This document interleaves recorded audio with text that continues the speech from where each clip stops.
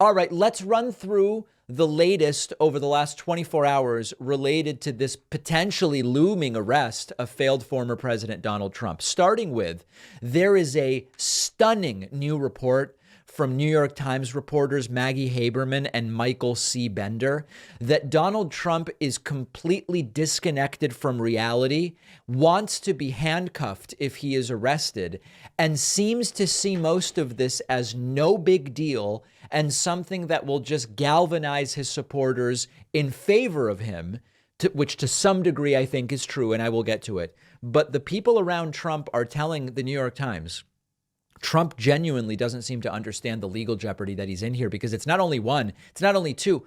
He is looking at potentially 3 or more arrests and indictments over the next couple of months. The New York Times article, Trump at Mar-a-Lago, magical thinking and a perp walk fixation. Those who have spent time with Donald Trump in recent days say he has often appeared significantly disconnected from the severity of his potential legal woes. Behind closed doors, Trump has told friends and associates he welcomes the idea of being paraded by the authorities before a throng of reporters and news cameras. He has even mused openly about whether he should smile for the assembled media, and he has pondered how the public would react and is said to have described the potential spectacle as a fun experience. No one is quite sure whether his remarks are bravado or genuine resignation about what lies ahead.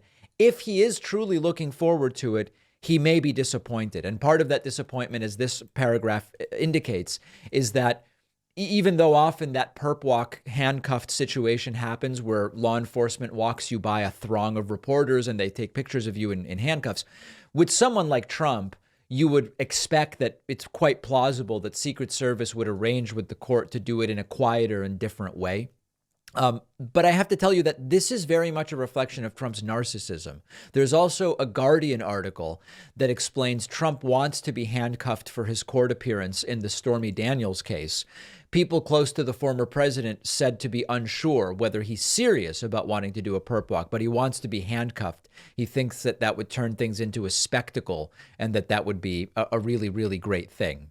A very common narcissistic tendency, as we've illuminated and enumerated for you before, narcissists tend to think that they're always smart enough, clever enough, smooth enough to escape consequences for their wrongdoing. So when Trump, if indeed Trump is the narcissist that we and many believe him to be, and we remember other elements of this, remember during the Mueller probe, he wanted to sit down and testify. Even though every single lawyer who got anywhere near him said, you absolutely do not want to do that. Lawyers realizing that Trump would just lie and lie and lie, because another trait of narcissists is they're not going to be able to tell that I'm lying. They're not going to be able to catch me in a lie. So given that we know that about Trump, he may realistically be seeing this entire series of possible arrests and indictments against him almost like as a TV show, almost like as an out-of-body experience where it's kind of happening to something else. He's just playing a character in the entire thing, but he's in control and he's always going to come out on top. Now, I do think he is going to come out on top in the sense of, I do believe that if there is one arrest, and it's the Stormy Daniels case, and it's the weakest of all the possible cases, at least in the Republican primary, it will help Trump.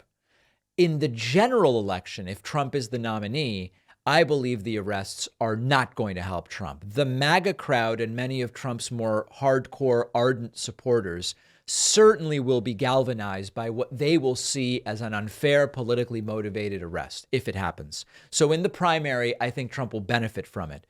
But I think it's going to hurt him in the general if indeed he is the nominee. And Trump, again, because he's a narcissist, he has this idea that he'll always spin it in his favor. And what sources are saying is he doesn't really have any idea how serious all of this could be, how expensive all of this could be, and how damaging it actually could be in a hypothetical general election where Trump is the Republican nominee in 2024. This is not stopping Trump from continuing to send bizarre lawyers on TV. And that's what I want to look at next.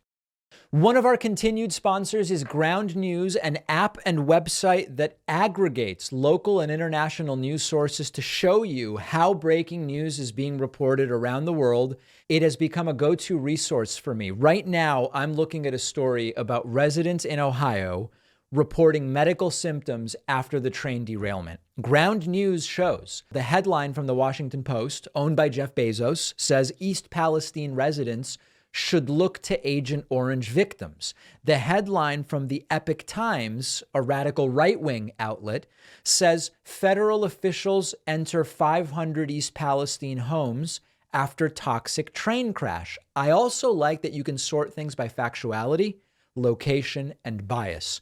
Check out Ground News for free at ground.news/Pacman.